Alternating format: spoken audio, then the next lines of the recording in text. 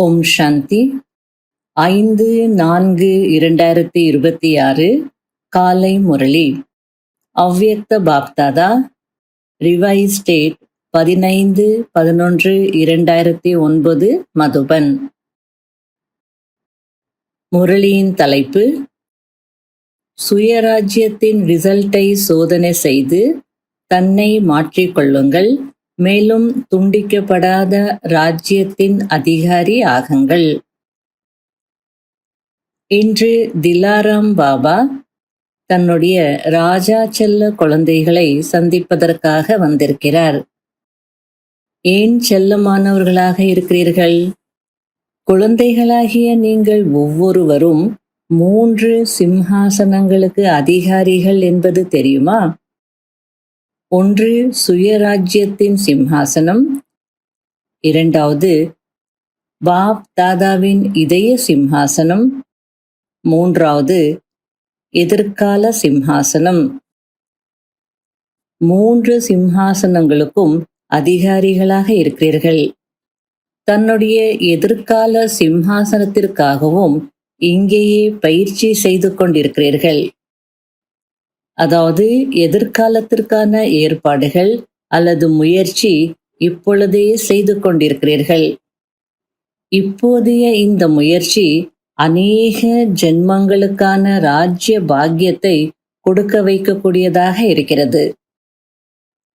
தன்னுடைய ராஜ்ய பாக்கியத்திற்கான சம்ஸ்காரத்தை இந்த நேரத்தில்தான் தாரணை செய்து கொண்டிருக்கிறீர்கள்.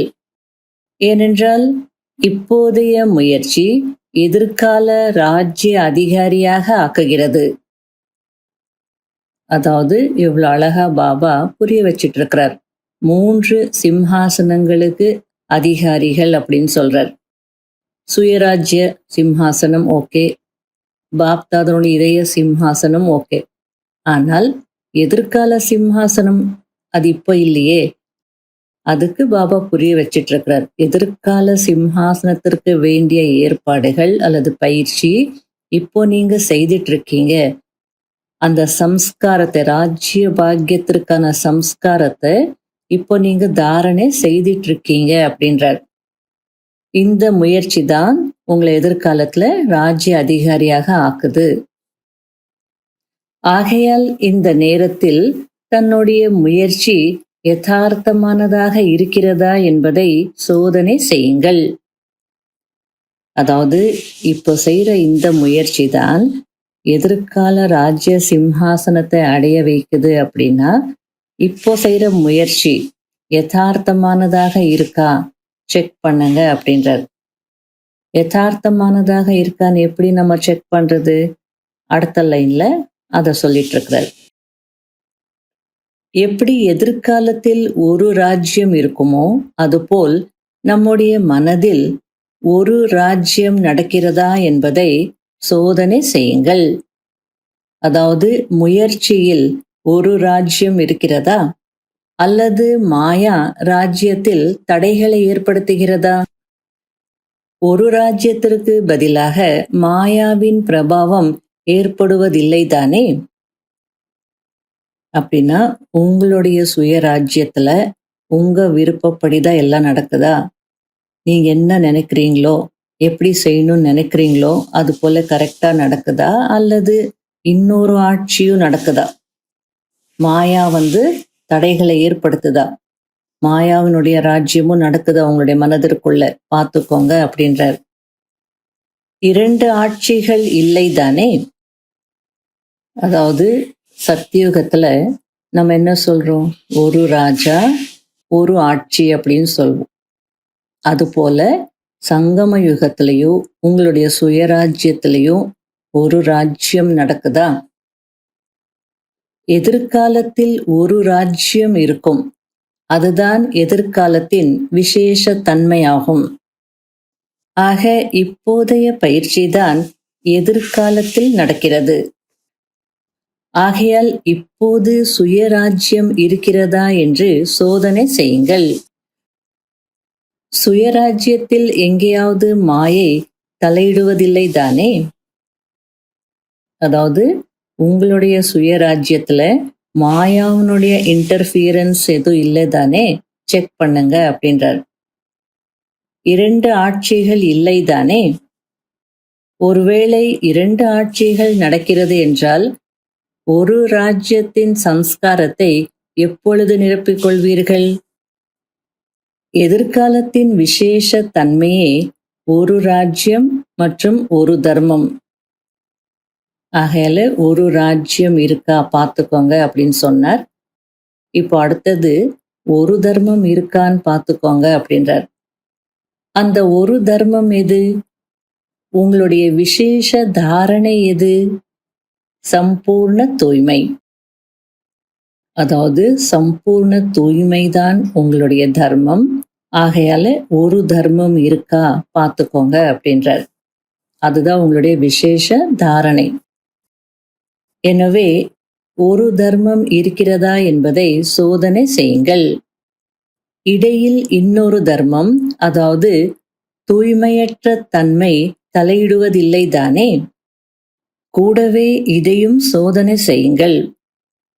அதாவது ஒருவருடைய லா அண்ட் ஆர்டர் நடக்கிறதா அல்லது மாயை இடையில் தலையிடுகிறதா? எந்த தடையும் இல்லாமல் ஒருவருடைய ஆட்சி நடக்கிறதா? இன்னொரு விஷயம், ராஜ்யத்தில் சதா சுகம் மற்றும் சாந்தி இயற்கையாகவே இருக்கிறதா? உங்களுடைய ராஜ்யத்துல, சுய ராஜ்யத்துல அல்லது உங்களுடைய மனதிற்குள்ள அந்த சுகம் சாந்தி நேச்சுரலாக இருக்கா அப்படின்னா ஒரு ஆட்சி நடக்குதுன்னு அர்த்தம். இல்ல சில நேரங்கள்ல இருக்கு, சில நேரங்கள்ல இல்லை அப்படின்னா அந்த சில நேரங்கள்ல உங்களுடைய சுயராஜ்யம் இல்ல, மாயாவினுடைய ராஜ்யம்தான் நடக்குதுன்னு அர்த்தம் புரிய வச்சிட்டு இருக்கிறார். ஆகையால் இப்பொழுது உங்களுடைய ராஜ்யத்தில் சுகம் சாந்தி இருக்கிறதா என்பதை பாருங்கள். வேறு யாரும் தலையிடுவதில்லை தானே. அதாவது சுயராஜ்யத்தில் மாயை உள்ளே நுழைந்து அசாந்தியை பரப்புவதில்லை தானே. அதாவது சுயராஜ்யத்தில் எனக்கு இந்த தீர்வு வேண்டும், இந்த வசதிகள் வேண்டும், இந்த புகழ் வேண்டும் என்று மாயை தன்னுடைய பிரபாவத்தை ஏற்படுத்துவதில்லை தானே. அதாவது எப்போ நமக்கு என்கிட்ட இது இல்லை, எனக்கு இது வேணும், இந்த தீர்வு வேணும், இந்த வசதி வேணும்னு வருதோ அப்போ திருப்தியா இல்லை. திருப்தியா இல்லாத காரணத்தினால சுகம் சாந்தி இருக்காது. அந்த தீர்வு கிடைச்சாதான் சுகம் சாந்தின்ற மாதிரி இருக்கும். 2வது புகழ், ஃபெமிலியாரிட்டி. எல்லாருக்குமே பேர் வேணும், புகழ் வேணும், மதிப்பு வேணும். இப்படி மாயா அந்த பிரபாவத்தை ஏற்படுத்தி உங்களுடைய சுகம் சாந்தியை குறைக்கிறது இல்லை தானே அப்படின்னு பார்த்துக்கோங்க அப்படின்றார். சதா சுகம் சாந்தி ஆனந்தம் அன்பு அத்தீந்திரிய சுகம் நிலையாக இருக்கிறதா? ஏனென்றால் எதிர்கால ராஜ்யத்தில் அனைத்து பிராப்திகளும் இருக்கிறது, நிரம்பிய தன்மை இருக்கிறது. அதன் காரணத்தினால் திருப்தியும் இருக்கிறது. எனவே இப்பொழுதும் சுய ராஜ்யத்தில் அந்த நிரம்பிய தன்மை இருக்கிறதா? அப்படின்னா நான் திருப்தியாக இருக்கிறேனா அல்லது ஏதாவது குறை இருக்கிறதா என்பதை பாருங்கள். ஏனென்றால் இப்போதைய முயற்சியில் ஒருவேளை குறை இருந்துவிட்டது என்றால் எதிர்காலத்தில் துண்டிக்கப்படாத ராஜ்யத்தின் அதிகாரியாக எப்படி ஆகுவீர்கள்? அனைத்தும் இப்போதைய முயற்சியின் ஆதாரத்தில்தான் இருக்கிறது. இப்பொழுது ஏதாவது ஒரு குறை இருந்தது என்றால் எதிர்காலத்தில் சம்பூர்ண ராஜ்ய அதிகாரியாக ஆக முடியாது. நீண்டகால இந்த சுயராஜ்யத்தின் பயிற்சி எதிர்கால ராஜ்ய அதிகாரியாக ஆக்குகிறது. ஆகையால் தன்னுடைய செக்கிங் சதா இருந்து கொண்டே இருக்க வேண்டும். ஒருவேளை இப்பொழுது நீண்டகால முயற்சி இல்லை என்றால் எதிர்கால பலனும் குறைவாகத்தான் கிடைக்கிறது. ஆகையால் பாப்தாதா நேரத்திற்கேற்றாற்போல் இப்பொழுது தங்களை நிரம்பியவர்களாக மற்றும் முழுமையானவர்களாக ஆக்கிக் கொள்ளுங்கள் என்று கவனம் ஈர்க்க வைத்துக் கொண்டிருக்கிறார். ஒருவேளை இப்பொழுது முயற்சி நடந்து கொண்டிருக்கிறது, இடையிடையில் ஆனால் என்று சொன்னால், அதாவது முயற்சி செய்துட்டு தான் இருக்கிறோம், ஆனா இடையிடையில சில நேரங்கள்ல இப்படி நடந்துடுறது அப்படி நீங்க சொன்னீங்கன்னா அதுக்கு என்ன அர்த்தம்? ஒரு ராஜ்யம் இல்லை தானே. ஆகையால் முயற்சியில் இடையிடையில் ஆனால் ஆனால் என்பது வருவதில்லை தானே என்பதை சோதனை செய்யுங்கள். செய்து விடுவோம், நடந்துவிடும். இந்த சம்ஸ்காரம் அழியாத 21 ஜென்மங்களுக்கான துண்டிக்கப்படாத ராஜ்யத்திற்கு அதிகாரியாக ஆக்குவதில்லை. அதாவது இடையிடையில மாயா வந்துடுறது, முயற்சி செய்துட்டு தான் இருக்கிறோம், ஆனால் என்ன செய்யறது, அந்த ஆனால் வந்துடுதுனாலே துண்டிக்கப்படாத ராஜ்யத்தின் அதிகாரியாக ஆக முடியாதுன்னு சொல்லிட்டு இருக்கிறார். இங்க கட் ஆகுது இல்லையா முயற்சி, ஆகையில அங்கேயும் ராஜ்யம் கட் ஆகுது. ராஜ்ய அதிகாரியாக ஆகுவீங்க, ஆனால் அகண்ட ராஜ்யம் சொல்றார் பாபா. இடைவிடாது நீங்க தொடர்ந்து ராஜ்யம் செய்யணும் அப்படின்னா இங்கேயும் உங்களுடைய முயற்சி அது போன்றதாக இருக்கணும் அப்படின்னு புரிய வச்சிட்டு இருக்கிறார். பாப்தாதா சதா காலத்திற்காக அட்டென்ஷன் கொடுக்க வைத்துக் கொண்டிருக்கிறார். ஆகையால் ஏதாவது தடை வருகிறது என்றால், புயல் வருகிறது என்றால், புயல் பரிசாகி விடுகிறதா என்பதை சோதனை செய்யுங்கள். புயல் புயல் அல்ல, ஆனால் பரிசாக ஆகிவிட வேண்டும். மாயை அனுபவம் செய்விக்கிறது என்றால், இந்த அனுபவம் நம்மை படிகளில் முன்னேற்றிக் கொண்டிருக்கிறது என்று அனுபவம் ஆக வேண்டும். அதாவது ஒரு ராஜ்யம் இருக்கும் அப்படின்னா மாயா வராது, புயல் வராது, தடைகள் வராது அப்படின்னு இல்லை. புயல் வரும், ஆனா அந்த புயல் பரிசாக மாறிடுறதா செக் பண்ணிக்கோங்க. அல்லது மாயாவின் யுத்தம் நடக்கிறது அப்படின்னா ஏதோ அனுபவங்கள் கிடைக்கும் தானே, அது மாயாவினுடைய யுத்தத்தின் அனுபவமாக உங்களுக்கு ஃபீல் ஆகக்கூடாது. இந்த அனுபவம் நம்மளை முன்னேற்றுறது அப்படின்ற ஒரு ரிசல்ட் வரணும், அப்படி உங்களுக்கு தோணணும். அப்போ ஒரு ராஜ்யம் இருக்குன்னு சொல்லலாம். ஆகையால் பாப்தாதா தன்னுடைய சார்ட்டை தானே சோதனை செய்யுங்கள் என்று கூறுகிறார். நீங்கள் தன்னுடைய சார்ட்டை எவ்வளவு செக் செய்வீர்களோ அவ்வளவு செக் செய்து சேஞ்ச் ஆகுவீர்கள். அப்படின்னா முதல்ல சோதனை செய்யுங்க. எவ்வளோ நீங்க சோதனை செய்றீங்களோ, செக் பண்றீங்களோ, செக்கிங் பண்றீங்களோ அவ்வளவு சேஞ்ச் ஆகுறீங்க, உங்களுக்குள்ள மாற்றம் வந்துடும் அப்படின்றார். ஆகையால எல்லாமே அந்த செக்கிங்ல தான் இருக்குன்னு ஹைலைட் பண்ணிட்டு இருக்கிறார். ஆக ஒவ்வொருவரும் தன்னுடைய சார்ட்டை சோதனை செய்கிறீர்களா? யார் தினமும் செய்கிறீர்களோ அவர்கள் கை உயர்த்துங்கள். அதாவது தினமும் செய்யக்கூடியவர்கள், அவ்வப்போது செய்யக்கூடியவர்கள் அல்ல. தினமும் சார்ட்டை சோதனை செய்யுங்கள், மேலும் தன்னை மாற்றிக் கொள்ளுங்கள். ஏனென்றால் நேரத்தின் சமிகையை பாப்தாதா வெகு காலமாகவே கொடுத்து வந்திருக்கிறார். அதாவது நமக்கு அந்த சிக்னல் கொடுத்துட்டார் பாபா.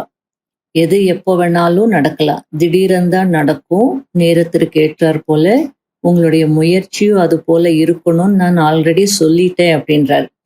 அந்த சிக்னல் நான் கொடுத்திருக்கிறேன் அப்படின்றார். நேரத்தை பார்த்து கொண்டும் இருக்கிறீர்கள். அதாவது இப்ப எந்த மாதிரியான நேரம் நடந்துட்டு இருக்கு நீங்களும் பார்த்துட்டு இருக்கிறீங்க. மனிதர்களுடைய மனதில் கவலைகள் அதிகரித்து கொண்டிருக்கிறது. மேலும் உங்களுடைய மனதில் கவலைகள் இல்லை, ஆனால் பிரபு சிந்தனை இருக்கிறது. அதாவது இந்த இடத்துல பாபா ரைமிங்கா சொல்றார். ஹிந்தியில சிந்தா அப்படின்னா கவலை, சிந்தன் அப்படின்னா சிந்தனை. அப்போ உலகத்துல இருக்கக்கூடிய மனிதர்கள் இந்த நேரத்துல கவலையில இருக்கிறாங்க. அவங்களுடைய கவலைகள் சிந்தா அதிகரிச்சுட்டே இருக்கு. ஆனா உங்களுடைய மனதில் அந்த சிந்தா இல்ல, கவலை இல்ல. ஆனால் நீங்க பிரபு சிந்தனையில இருக்கிறீங்க. எவ்வளவு அழகா சொல்றார். இந்த பிரபு சிந்தனை இருக்கும் காரணத்தினால் நாம் நிமித்தமானவர்கள், பணிவானவர்கள். ஏனென்றால் செய்விப்பவர் பாபா என்பதை நீங்கள் சதா அறிந்திருக்கிறீர்கள். அதாவது அந்த பிரபு சிந்தனை இல்லை அப்படின்னா நான் செய்கிறேன் அப்படின்னு வந்துடும். அப்போ பணிவு போயிடும். செய்விப்பவர் பாபான்றது மறந்து போயிடும். அப்போதான் கவலை வரும். அந்த பிரபு சிந்தனை இருக்கிறதுனால உங்களுக்கு எப்பவுமே இந்த ஞாபகம் இருக்கு, நாம நிமித்தமாகி இருக்கிறோம். செய்விப்பவர் பாபா அப்படின்ற அந்த சிந்தனையில இருக்கும் போது உங்களுக்கு கவலை இருக்காது அப்படின்றார். இதன் காரணத்தினால் உங்களுடைய மனதில் கவலை இல்லை. செய்விப்பவர் செய்வித்துக் கொண்டிருக்கிறார். இந்த நினைவு சதா உங்களை முன்னேற்றிக் கொண்டே இருக்கிறது. இப்பொழுது விசேஷமாக ஒவ்வொருவரும் இந்த சங்கம யுகத்தின் ஒவ்வொரு நொடி, அதாவது சமயம் மற்றும் சங்கல்பம் சுபமாக இருக்கிறதா என்பதை சோதனை செய்ய வேண்டும். இந்த நேரத்தின் மகத்துவத்தை அறிந்து கொள்ளுங்கள். இந்த நேரத்தின் ஒரு வினாடி அல்ல, ஆனால் ஒவ்வொரு வினாடியும் வேல்யூபிளாக இருக்கிறது, விலை மதிப்பற்றதாக இருக்கிறது, மகத்துவம் வாய்ந்ததாக இருக்கிறது. சில நேரங்களில் குழந்தைகள் சங்கல்பம் நடந்தது, ஆனால் 2 அல்லது 4 செகண்ட்ஸ் தான் என்று சொல்கிறார்கள். அதாவது சில நேரங்கள்ல நடக்கக்கூடாது, இது ஏதாவது நடந்துடுச்சு அப்படின்னா அப்ப அதை பற்றி எண்ணங்கள் ஓடும் தானே. ஆகிய குழந்தைகள் பாபா எண்ணங்கள் ஓடுச்சு, ஆனா 2 செகண்ட்ஸ் தான், 4 செகண்ட்ஸ் தான், ரொம்ப இல்லை அப்படின்னு சொல்றாங்க. ஆனால் சங்கம சமயம் மிகவும் வேல்யூபிள் ஆனது. இப்போதைய ஒரு வினாடி எதிர்காலத்தின் 1 மணி நேரத்திற்கு சமமானது. இந்த நேரத்திற்கான வேல்யூ அவ்வளவு இருக்கிறது. அதாவது இந்த நேரத்திற்கு அவ்வளோ மதிப்பு இருக்கு. 1 செகண்ட் தான் வீணாச்சு நீங்க சொல்லலாம், 2 செகண்ட்ஸ் தான் சொல்லலாம். ஆனா 1 செகண்ட் இல்லை, 1 மணி நேரத்திற்கு சமமானது. சங்கம யுகத்தினுடைய 1 செகண்ட் இஸ் ஈக்குவல் டு சத்தியுகத்தினுடைய 1 மணி நேரம். ஏனென்றால் திடீரென்று எந்த நேரத்திலும் உங்களுடைய ஃபைனல் பேப்பர் வரும் என்று பாப்தாதா ஏற்கனவே கூறியிருக்கிறார். அதாவது உலகத்தை பற்றி விடுங்க, அது எப்போ விநாசம் ஆகுமோ ஆகும். ஆனால் நம்முடைய கடைசி நேரம் எப்போ? சுவாசத்தை உள்ள இழுக்கிறோம்னா வெளியில வர வரைக்கும் நமக்கே நம்ம மீது நம்பிக்கை இல்லை. நம்முடைய ஃபைனல் பேப்பர், இறுதி பேப்பர் எப்போ வரும் சொல்ல முடியாது. அதாவது எப்போ ஆத்மா இந்த சரீரத்தை விட்டு போகும்ன்றது சொல்ல முடியாது. அது திடீரென்று தான் நடக்கும், நான் ஆல்ரெடி சொல்லிட்டேன் அப்படின்றாரு. அதாவது திடீரென்று தான் நடக்கும், எப்போ வேணாலும் நடக்கலாம் தான் நான் சொல்ல முடியும். மற்றபடி இந்த தேதியில இந்த நேரத்துல நடக்கும்னு எல்லாம் நான் சொல்ல முடியாது அப்படின்றார். சொல்லவும் மாட்டேன். பாப்தாதா சொல்ல மாட்டார். ஆகையால் இந்த நேரத்திற்கான அட்டென்ஷன் தன்னை சம்பூர்ணமாக நிரம்பியவனாக ஆக்க வேண்டும். அப்படின்னா நம்முடைய கவனம் இதுல தான் இருக்கணும். மற்றபடி எப்போ விநாசம் வருமோ வரும். பாப்தாதா என்ன அனைத்து பொக்கிஷங்களையும் கொடுத்திருக்கிறாரோ அந்த ஒவ்வொரு பொக்கிஷத்தையும் உரிய நேரத்தில் காரியத்தில் ஈடுபடுத்த வேண்டும். கஜானாவிற்கு எஜமானர்களாக இருக்கிறீர்கள். ஆகையால் எந்த நேரத்தில் எந்த பொக்கிஷத்தின் அவசியம் இருக்கிறதோ அந்த நேரத்தில் அந்த பொக்கிஷத்தை காரியத்தில் ஈடுபடுத்த வேண்டும். இதுதான் எஜமானர்களின் விசேஷ தன்மையாகும். அதாவது உள்ளடக்கிக் கொள்ளும் சக்தி வா என்று நீங்க ஆர்டர் செய்தால் அந்த உள்ளடக்கிக் கொள்ளும் சக்தி காரியத்தில் ஈடுபடுகிறதா என்பதை பாருங்கள். ஏனென்றால் தக்க சமயத்தில் தன்னுடைய பொக்கிஷங்களை காரியத்தில் யாரால் ஈடுபடுத்த முடியுமோ அவர்கள்தான் எஜமானர்கள் என்று சொல்லப்படுகிறார்கள்.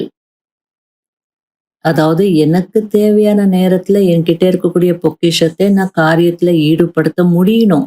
அப்பதான் நான் எஜமானன். இல்லைன்னா இருந்து என்ன பிரயோஜனம், அந்த அர்த்தத்துல சொல்லிட்டு இருக்கிறார். உங்ககிட்ட அனைத்து பொக்கிஷங்கள் இருக்கு.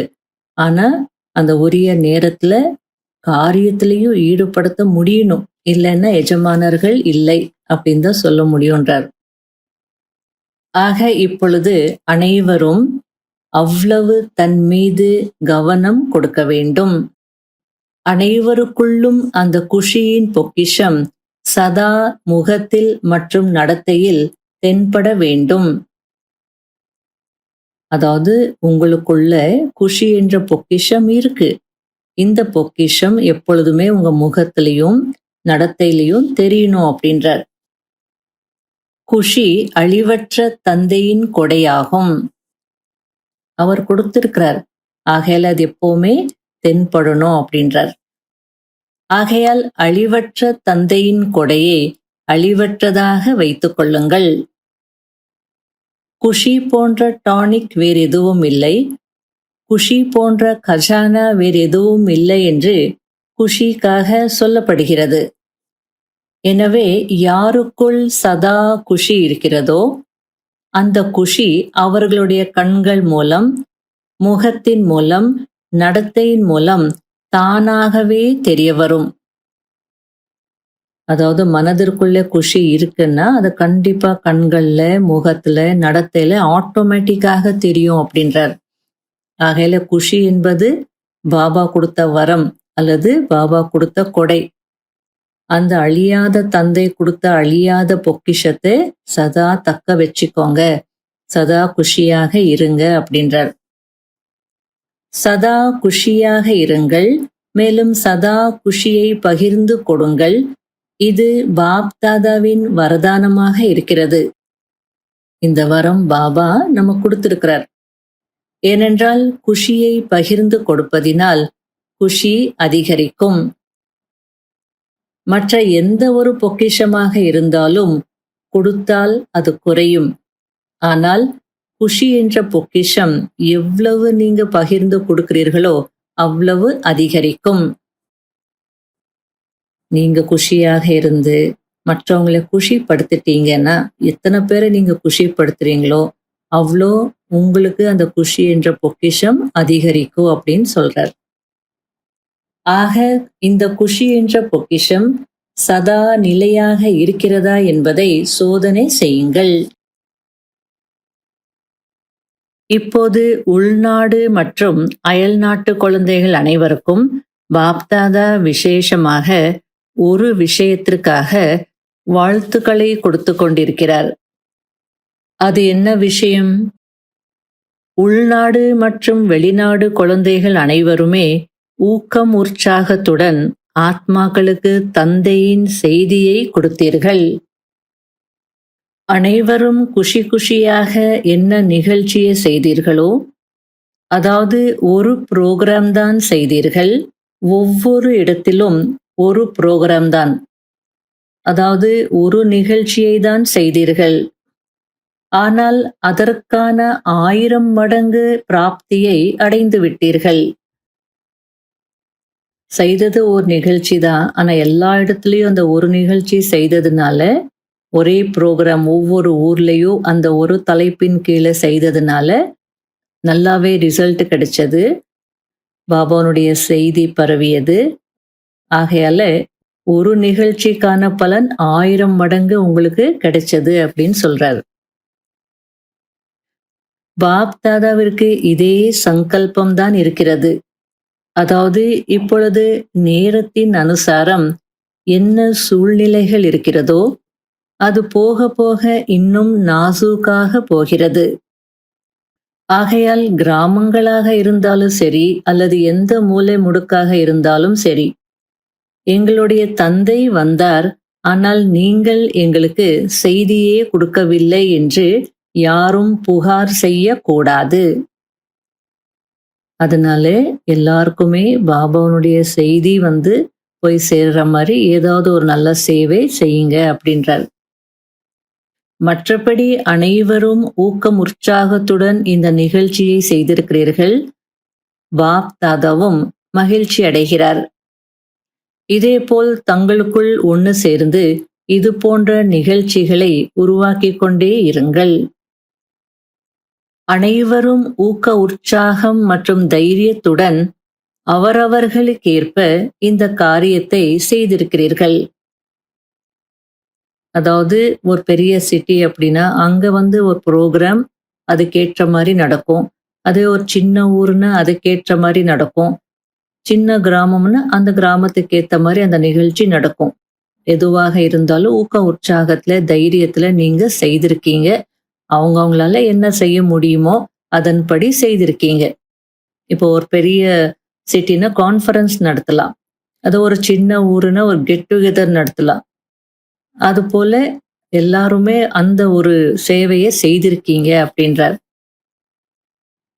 இப்போ விங்ஸ் எடுத்துக்கோங்க. மெடிக்கல் கான்ஃபரன்ஸு அல்லது எஜுகேஷன் கான்ஃபரன்ஸ் அது போல பெரிய ஊர்னா கான்ஃபரன்சஸ் நடக்கும். அப்படி இல்லைன்னா அந்த தலைப்பின் கீழே ஏதாவது ப்ரோக்ராம்ஸ் சின்ன சின்னதாக நடக்கும். இருந்தாலும் அனைவரும் மிகவும் நன்றாக செய்திருக்கிறீர்கள். இனிமேலும் எந்த ஒரு மூலையும் அதாவது எந்த ஒரு இடமும் தந்தையினுடைய செய்தி கிடைக்காமல் இருந்துவிடக் கூடாது என்று நேரத்திற்கேற்றாற்போல் லட்சியத்தை வையுங்கள். இதில் உங்களுடைய முயற்சியும் நன்றாக நடக்கிறது. மேலும் ஆத்மாக்களுக்கும் நன்மை நடக்கிறது. அனைவருக்கும் இந்த புரோகிராம் பிடித்திருந்ததல்லவா? பிடித்திருந்ததா? ஆகையால் ஆத்மாக்களுக்காக இரக்க மனமுடையவர் ஆகுங்கள் என்று பாப்தாதா அனைத்து குழந்தைகளுக்கும் இதைதான் மீண்டும் மீண்டும் சொல்கிறார். இப்பொழுதெல்லாம் துக்கம் அசாந்தியின் காரணத்தினால் இரக்கம் காட்டுங்கள், தயை காட்டுங்கள் என்று அனைவரும் உள்ளத்திலிருந்து கேட்கிறார்கள். ஆக குழந்தைகளாகிய நீங்கள்தான் பாபாவின் துணைவர்களாக இருக்கிறீர்கள். எனவே பாபா குழந்தைகள் மூலம் அதாவது ஒவ்வொரு குழந்தையும் இப்போது இரக்கமனமுடையவராகி பாகத்தை நடிக்க வேண்டும் என்பதை பார்க்க விரும்புகிறார். இந்த துக்கம் நிறைந்த உலகம் மாறி சுகம் நிறைந்ததாக ஆகியே தீர வேண்டும் என்று உங்களுக்கு ஊக்கம் இருக்கிறதல்லவா? அதனால் தானே சேவை செய்றீங்க அப்படின்னு கேட்கிறார். எனவே சுகம் நிறைந்த உலகம் வருவதற்காக இந்த துக்கம் மற்றும் அசாந்தி அழிவதற்காக தான் நிலைமைகள் மாறிக்கொண்டிருக்கிறது. அதாவது சூழ்நிலைகளை பார்த்து பயப்படாதீங்க. உங்களுக்கு சுகம் நிறைந்த உலகத்தை கொண்டு வரணும் தானே ஊக்கம் இருக்கிறது. அதுக்கு தானே சேவை செய்றீங்க. அப்ப இந்த சூழ்நிலைகளை பார்த்து ஏன் பயப்படுறீங்க? சுகம் நிறைந்த உலகம் வரணும்னா இந்த துக்கம் அசாந்தி முடியணும் இல்லையா? ஆகையில சுக உலகம் வருவதற்காக தான் இந்த துக்கம் அசாந்தி விநாசம் ஆகுவதற்காக தான் நிலைமைகள் மாறிட்டு இருக்கு. அதுல சிச்சுவேஷன்ஸை பார்த்து பயப்படாதீங்க அப்படின்றார்.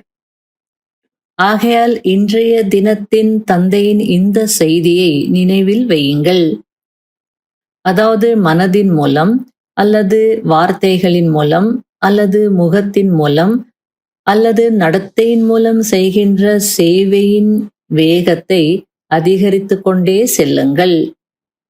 உங்களுடைய ராஜ்யத்தை அருகில் கொண்டு வந்து கொண்டே செல்லுங்கள். நல்லது. இப்போது முதன்முறையாக பாப் தாதாவை சந்திக்க வந்திருக்கக்கூடியவர்கள் கை உயர்த்துங்கள். மிக நல்லது. அனைவரும் எழுந்து நில்லுங்கள். வாழ்த்துக்கள். முடிவிற்கு முன்பாகவே வந்து விட்டீர்கள்.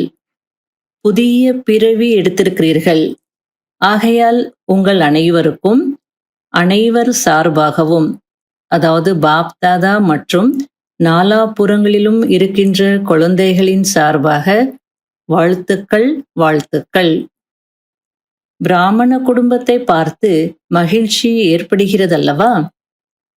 ஆனால் யார் இப்பொழுது வந்திருக்கிறீர்களோ அவர்களுக்கு பாப் தாதா சொல்லுவது இதுதான்.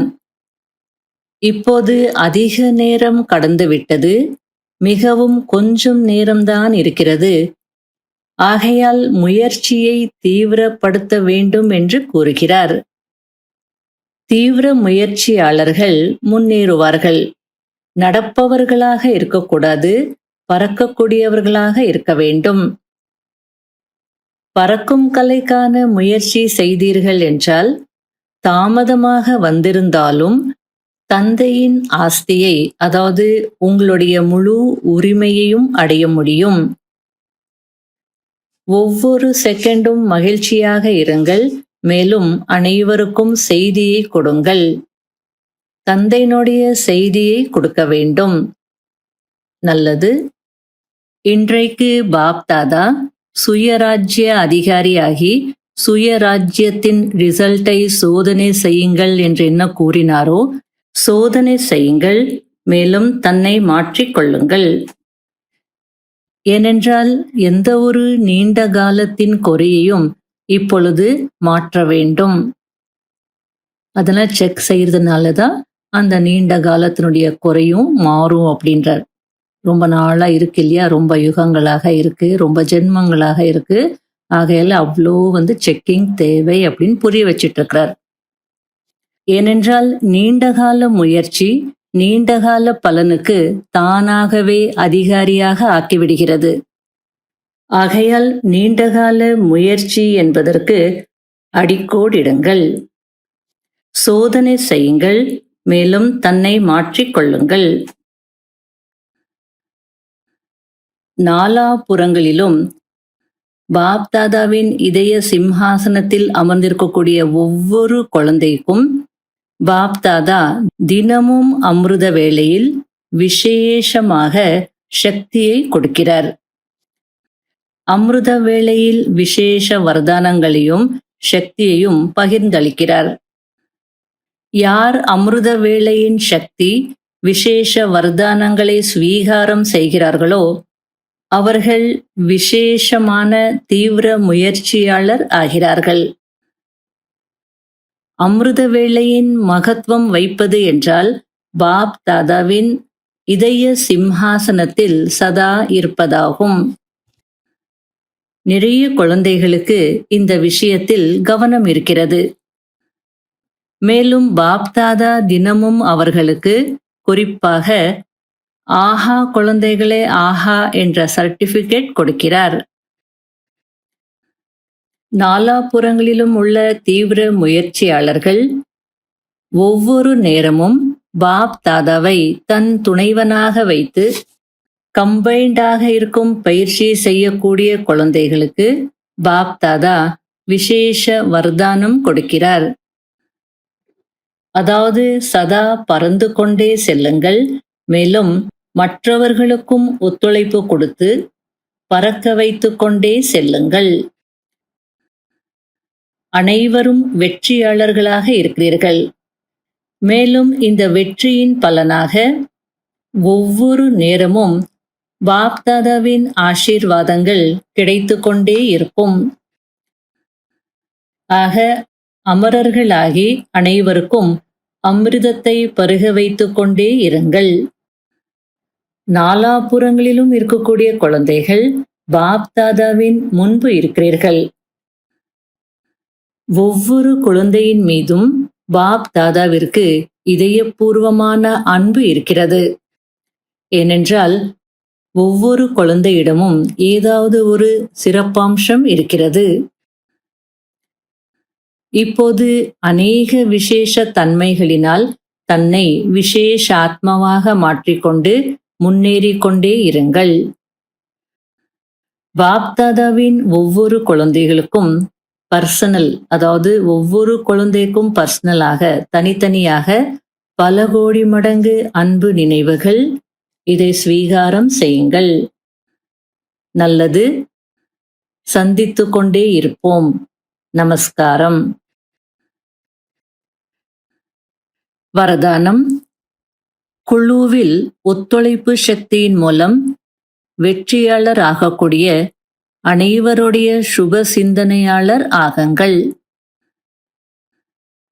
ஒருவேளை குழுவில் ஒவ்வொருவரும் ஒருவர் இன்னொருவருக்கு உதவியாளராகி, அதாவது ஒத்துழைப்பு கொடுத்து சுபசிந்தனையாளராகி இருந்தீர்கள் என்றால் இந்த ஒத்துழைப்பு சக்தியின் கோட்டை மிகுந்த அதிசயத்தை செய்ய முடியும். தங்களுக்குள் ஒருவருக்கொருவர் சுப சிந்தனையாளராகி உதவியாளராகி இருந்தீர்கள் என்றால் அப்பொழுது மாயாவிற்கு அந்த கோட்டைக்குள் வருவதற்கு தைரியம் வராது.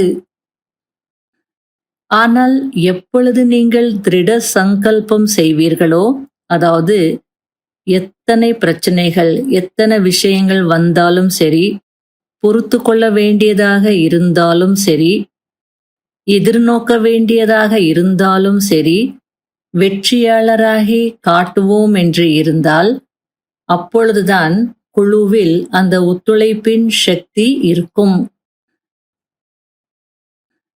ஸ்லோகன்: எந்த ஒரு ஆசையும் நல்லவராக ஆக விடாது. எனவே ஆசை என்றால் என்னவென்றே தெரியாதவர் ஆகுங்கள். அவ்யக்த சமிகை: எப்படி இனிப்பு சாப்பிடுவதினால் அல்லது பிறருக்கு கொடுப்பதினால் கொஞ்ச நேரத்திற்கு வாய் இனிமையாகிறது, மகிழ்ச்சி ஏற்படுகிறது, அதேபோல் சுயம் நீங்களே இனிமையானவர் ஆகிவிடுங்கள். அப்பொழுது சதா உங்கள் வாய் மூலமாக இனிமையான வார்த்தைகள்தான் வெளிவரும். இப்படிப்பட்ட இனிமையான வார்த்தைகள் தன்னையும் குஷிப்படுத்துகிறது, மேலும் பிறரையும் குஷிப்படுத்துகிறது. இந்த விதியின் மூலம் சதா அனைவருடைய வாயையும் இனிப்பாக்கிக் கொண்டே இருங்கள். சதா இனிய பார்வை, இனிய வார்த்தைகள், இனிய செயல்கள் இருக்கட்டும். ஓம் சாந்தி.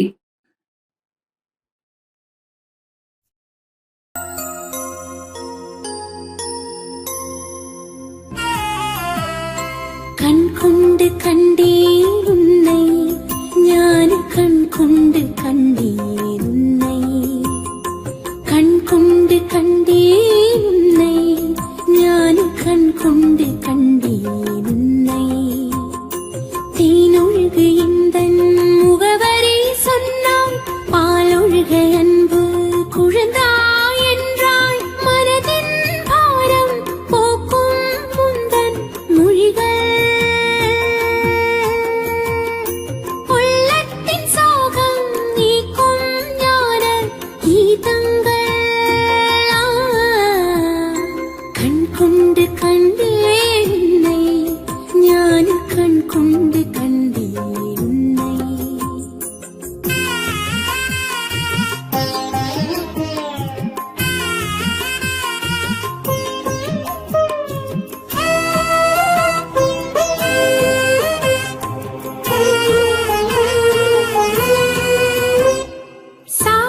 சாட்சியாயிருக்கு கற்றுத் தந்தாயே, போற்றி புகழோடு வாழும் நிலை தந்தாய். சூட்சும உலகமே நம் இல்லம் என்றாயே, காத்தும் கிடக்கிறாய் எனக்காக நீ, நீ, நீ. காத்தும் கிடக்கிறாய் எனக்காக அங்கே நான் வரும் வரை. கண் கொண்டு கண்டேன் உன்னை, ஞான கண் கொண்டு கண்டேன் உன்னை, கண் கொண்டு கண்டேன் உன்னை, ஞான கண் கொண்டு கண்டேன் உன்னை.